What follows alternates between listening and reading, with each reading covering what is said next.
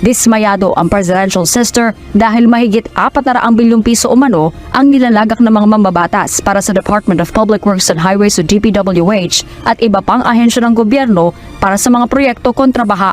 Iyan ang panawagan ni Senator Amy Marcos matapos ang mapaminsalang pagbaha na naranasan sa Metro Manila at karating probinsya dahil sa matinding pagulan na dala ng habagat na pinalakas ng bagyong Karina.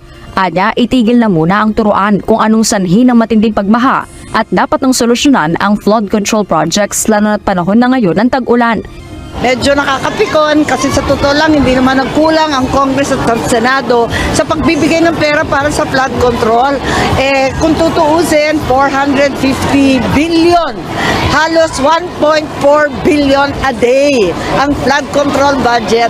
Kung isusuma total mo lahat ng agencies mula sa DPWH pababa, asa napunta yung pera?